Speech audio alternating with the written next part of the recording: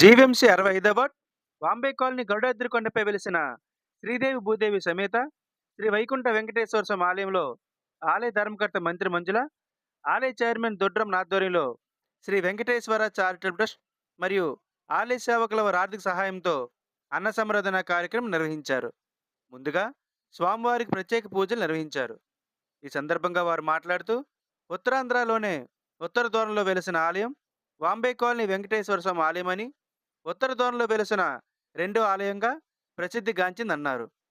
స్వామివారికి 7 వారాల పాటు ముడుపు కట్టి నిష్టగా పూజ చేస్తే కోరిన కోరికలు తీరతాయన్నారు.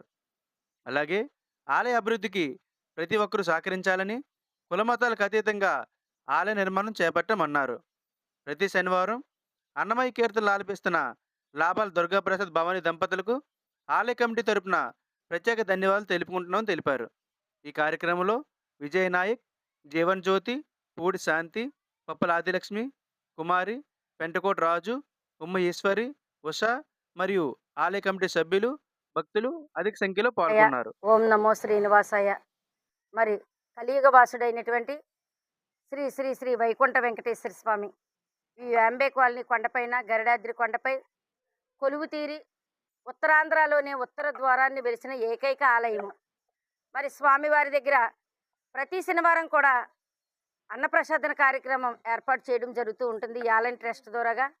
అలాగే చుట్టుపక్కల పరిసర ప్రాంత ప్రజలు భక్తులు అందరూ విచ్చేసి స్వామివారి కావలసిన స్వామివారికి కావలసిన మహానైవేద్యానికి మహాప్రసాదానికి ఎవరికి తోచిన రీతిలో వాళ్ళు మరి అన్నప్రసాదన కార్యక్రమానికి విరాళాలు ఇస్తూ ఉంటారు.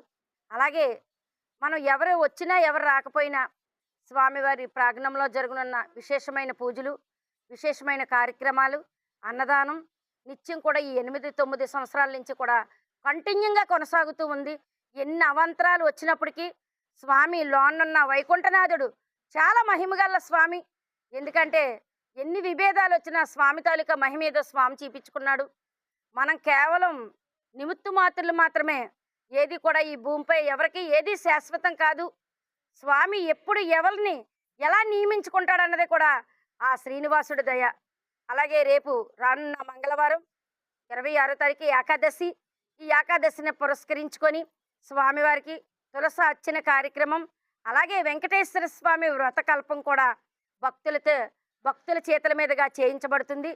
మరి అలాగే స్వామికి సంబంధించిన పూజా కైంకర్యాలన్నీ కూడా స్వామివారి ప్రాంగణం దగ్గరే ఇస్తూ, తులసి కూడా స్వామివారి మందిరం దగ్గరే ఇస్తారని భక్తులకు అందరికీ తెలియపరుస్తూ, ఈ ఆలయ చైర్మన్ గారు అయినటువంటి దొడ్డి రమణ గారి సారథ్యంలో, అలాగే మా యొక్క సేవకులు 60 మంది ఈ ఆలయానికి సేవకులు ఉంటారు. వారు ఎప్పుడూ అనునిశ్చయం కూడా స్వామివారి సేవ చేసి తరిస్తూ ఉంటారు. మరి రాబోయే రోజుల్లో సేవకులందరినీ కాశీ తీసుకెళ్లే యాత్ర కూడా మొదలు పెట్టబోతున్నాం జూన్ నెల మొదటి వారంలో. మరి అలాగే స్వామివారి అనుగ్రహం ప్రతి ఒక్కరికి కూడా స్వామివారి అనుగ్రహం ఉండాలని, ఎవరు ఏది మనసుతో స్వామిని అడిగితే చాలు సాక్షాత్ ఆ కోరిక నెరవేరుతుంది. మళ్ళీ వారు స్వామి దగ్గరికి వచ్చి ఆ మొక్కుబళ్ళంతా తీర్చుకోవడం జరుగుతుంది. ఇక్కడ ఏది కూడా భక్తుల చేతుల మీదుగానే ఆ కార్యక్రమం జరిపిస్తూ ఉంటాం. ఇది నాది నీది అనే భావం లేకుండా ప్రతి ఒక్కరం కూడా పాలు పంచుకొని ఈ ఉత్తర ద్వారాన్ని వెలిసిన వెంకటేశ్వర స్వామి మహిమ ఊరు వాడ తేడా లేకుండా అందరికి కూడా తెలిసే విధంగా లోక సమస్త సుగుణోభవంతు, లోకంలో ఉన్న ప్రతి ఒక్కరు అందరూ బాగుండాలని మనస్ఫూర్తిగా లోక కళ్యాణార్థం స్వామివారికి జరిగే కైంకర్యాలు ప్రతిరోజు ప్రతి పూట మరి స్వామివారికి విశేషమైన పూజలు జరుగుతాయని తెలియపరుస్తున్నాం. ఓం నమో వెంకటేశాయ, ఓం నమో శ్రీనివాసాయ. జై శ్రీమన్నారాయణ.